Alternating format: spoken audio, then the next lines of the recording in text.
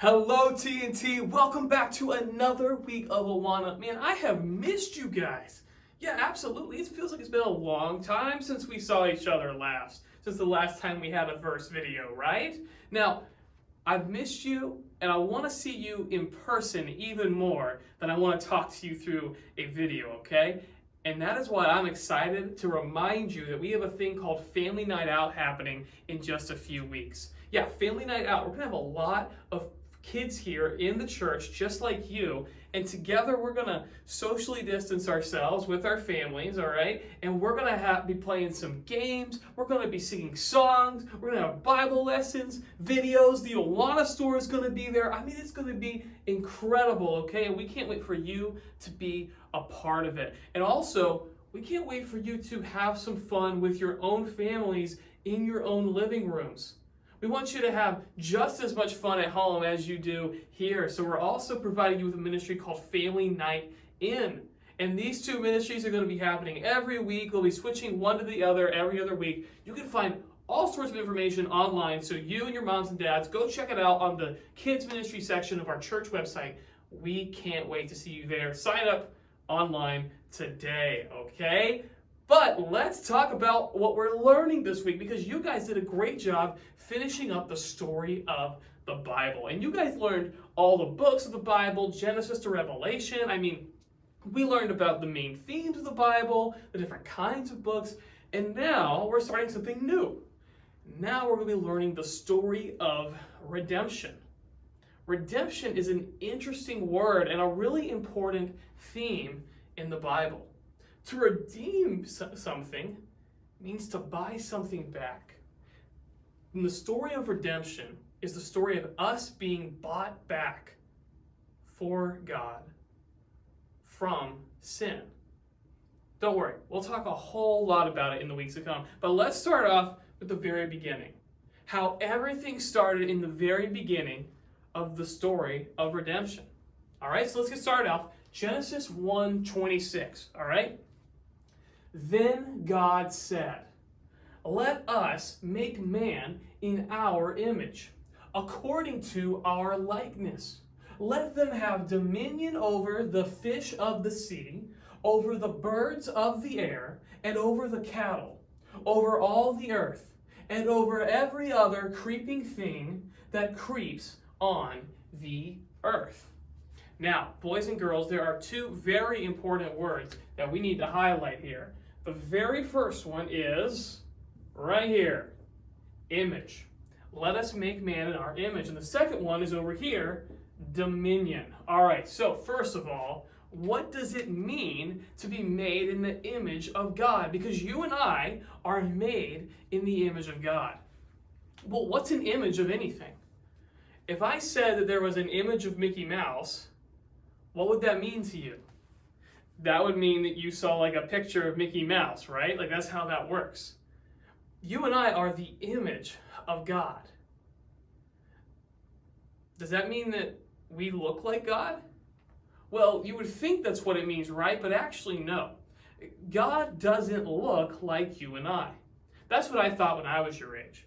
When I learned that I was made in the image of God, I assumed that that meant that, God, he has two eyes and a nose and a mouth, and he's probably got two arms, he's got two legs, and so God made humans to look like him. That's what I thought it meant.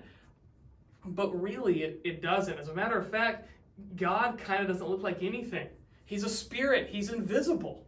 Now, Jesus looks like us, but that's only because Jesus came to earth and became a human, right? So, why did God make us the way that he made us, and how are we made in his image if we don't actually look like God? How does that work?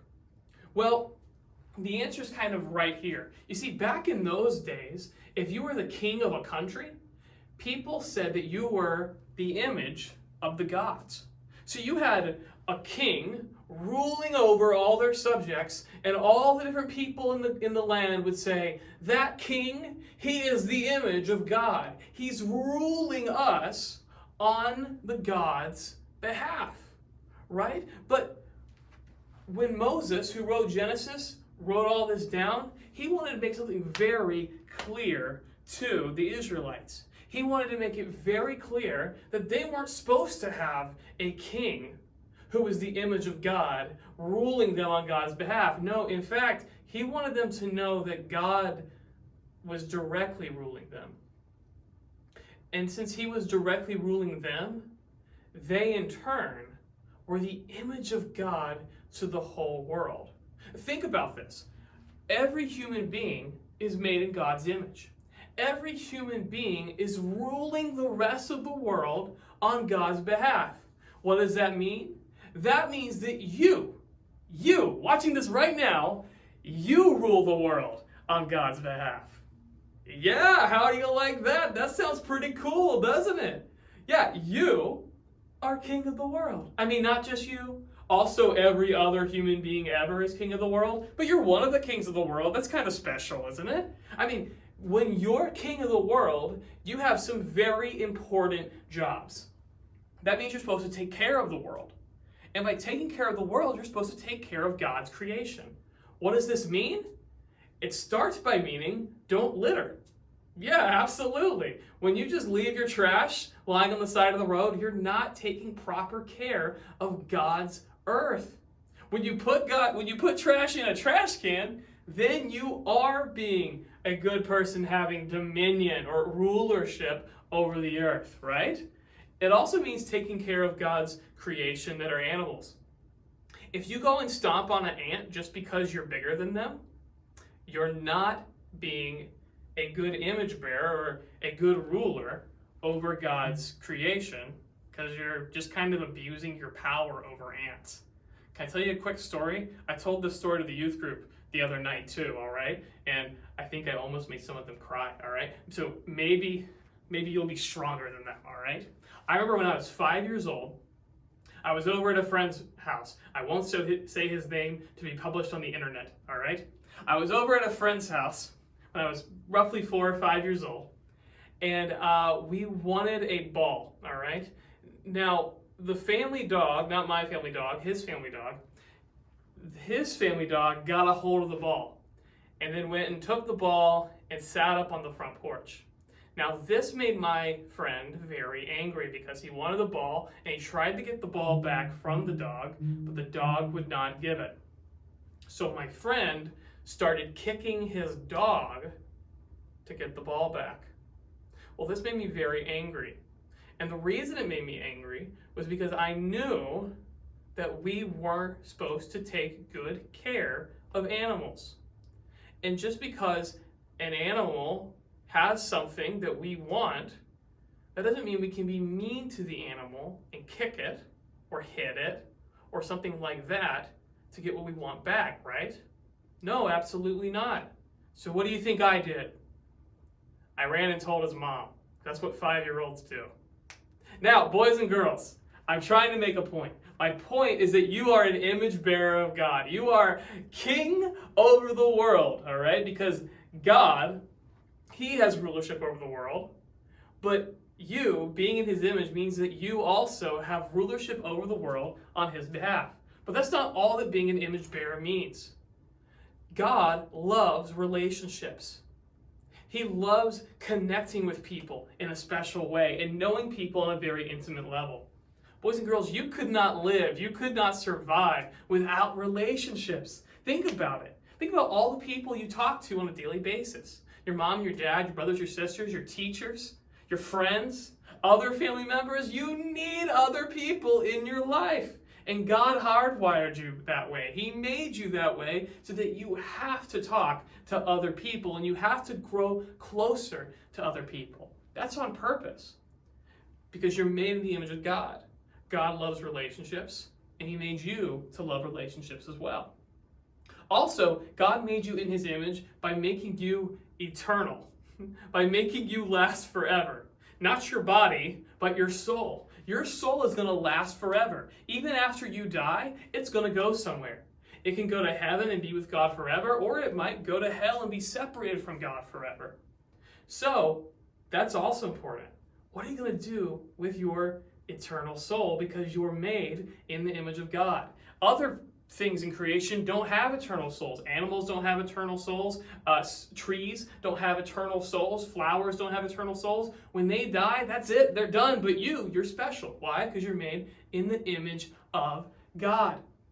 I could go on with so many ways that you are made in God's image, where you're made like God. You're creative like God. God created everything, and you also are creative in your own special way. You are able to discern what's right and what's wrong. You have a moral compass, as we say, because God also knows right from wrong and has a moral compass. You're able to reason. You're able to think. You're able to have a special language. I mean, there's all these different things that God has made you unique and different than the rest of creation, because we as human beings are made in God's image. And because we're made in God's image, God loves us more than anything else in all creation. He loves us more than puppy dogs. And I think God loves puppy dogs a lot because we love puppy dogs a lot, right? I mean, God loves us more than elephants. He loves us more than giraffes. He loves us more than the mountains. He loves us more than the stars. He loves us more than the angels. He loves us more than anything.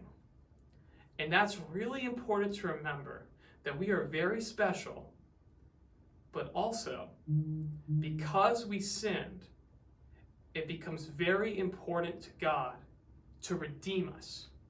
And He made it such an important priority to get us back after everything went wrong. Remember that for next week, because it will come up, all right? So, that's the beginning of the story of redemption. That is the explanation of why you are more important than anything else in creation, right? I shouldn't say you specifically. We as human beings are more important because we're made in the image of God, right? And now that you know that, I hope that it helps you to memorize this verse. I hope it makes this verse make more sense. I hope it makes it easier to understand. And I hope that you memorize this verse and that you can get your Awana shares for it, which reminds me, I need to remind you that we will not have the Awana store on Sunday mornings anymore. Instead, if you would like to come get your Awana shares at the Awana store and buy stuff, you can do that at Family Night Out every other Friday evening. The schedule for that is online under the Kids Ministry section of our church website, nebible.org. All right? Boys and girls, so good to see you again. Can't wait to keep doing these videos with you and tell you more about the story of redemption. Have a great week, and we'll see you next time. Bye.